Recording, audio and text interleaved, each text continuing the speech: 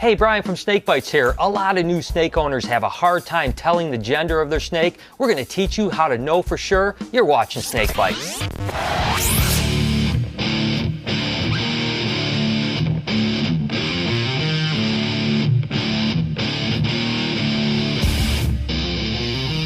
When it comes to most snakes, they don't have any external indicators for gender, so you have to use a sexing technique. We're going to cover as many as we can today, starting with this corn snake, where we're going to do something that's called everting their hemipenes, or popping it. A male snake's sex organ is in the base of its tail, south of the cloacal region. They're called hemipenes, and when inverting or popping a snake, what you're trying to do is apply pressure on the south side of the hemipenes and actually roll up and see them invert out of the cloaca. That's how you're going to be able to tell if it's a male or a female. With most colubrids, there's something that's called tail sexing. So as they get bigger and more difficult to avert, you can actually compare the male and female's tails together. The male will have a much longer tail with less taper to it, and the female, again, will be much shorter and a more dramatic thing. There's nothing more than these hognose to demonstrate that, with this male's really long tail and the female's really short, stout one. All right, guys, it's Cal's question of the week. Now, since my gay marriage question went over so well, I'm about to hit you with another one: abortion. And let's get a woman's view on this one. Toby? I personally would never make that choice, but I think under certain circumstances, such as rape, it should be allowed. That's an ethical issue. Me, I am the most anti-abortion person you'll ever meet in your life. And here's a fact: less than 2% of abortions have to do with rape or incest, mental or physical retardation, or maternal health. Therefore, 98% of abortions are because people are irresponsible that don't deserve to have kids in the first place. Text or video comment below. Let me know what you think of abortion. Another technique that you can use on boas, but unfortunately it only works on boas, so if you see these spurs on ball pythons, it means absolutely nothing. But in a male boa, you'll actually see pretty prominent spurs right at the base of their cloaca. You can see them right here. Now, females will still have spurs, but they'll be really small. As you can see, this female still has these little tiny spurs, but they're nothing like the males. These guys don't serve a real purpose other than the fact when a male is ready to breed, he will actually use those spurs to stimulate a female.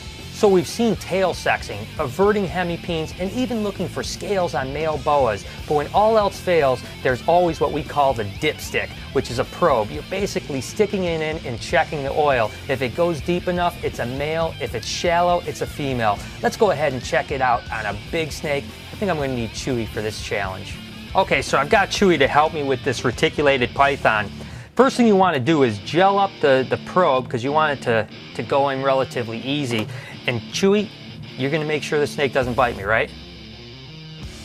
Okay. All right, keep its front end. Go. Go. What we're looking to do here is right here you've got the anal vent. You got it, Chewy? Keep a hold of it.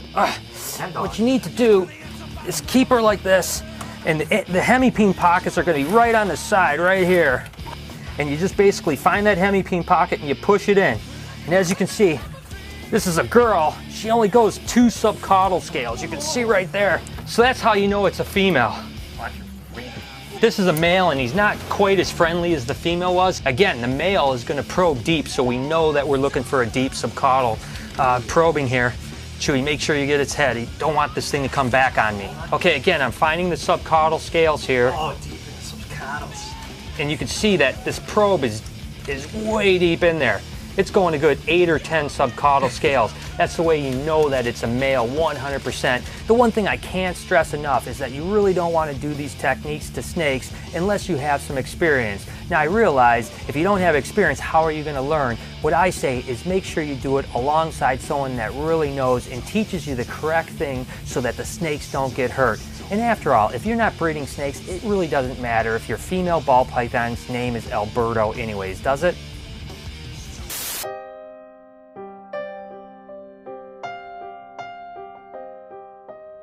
Just wanted to get everyone together, introduce you to your new coworker, Toby.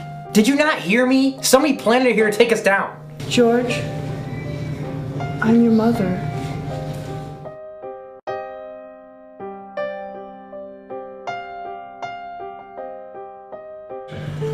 You're my mom? It's true, George.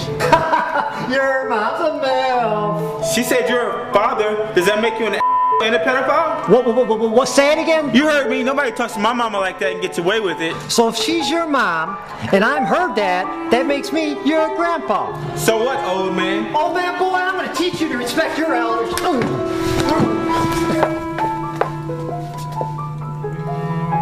Hey, I'm fine. Look, I think we need to change up. It's getting a little too hot in here, that's why. No, I'm not losing it. It's just, they're a bunch of really nice guys, and I don't think they deserve this.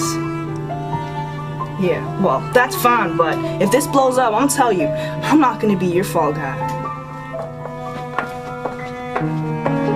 Hey, I'm fine. Look, I think we need to change up. Right, I got the proof, dude, I got it right here. Kel, I'm serious. I don't freaking have time. I'm in a major crisis right now. Yeah, but dude, I got the proof that Toby isn't who she says she is.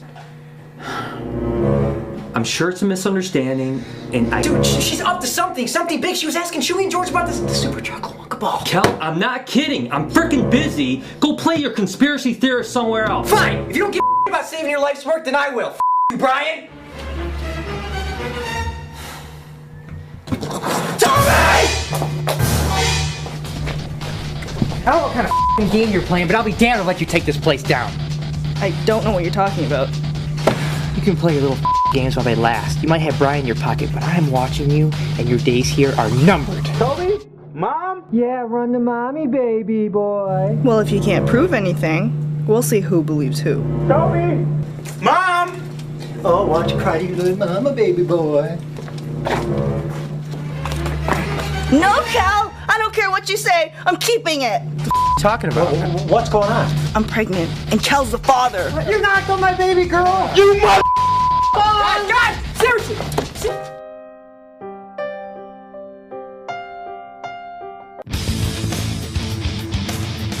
For this week's Comment of the Week, I got a question over on my Twitter account from CornSnake99.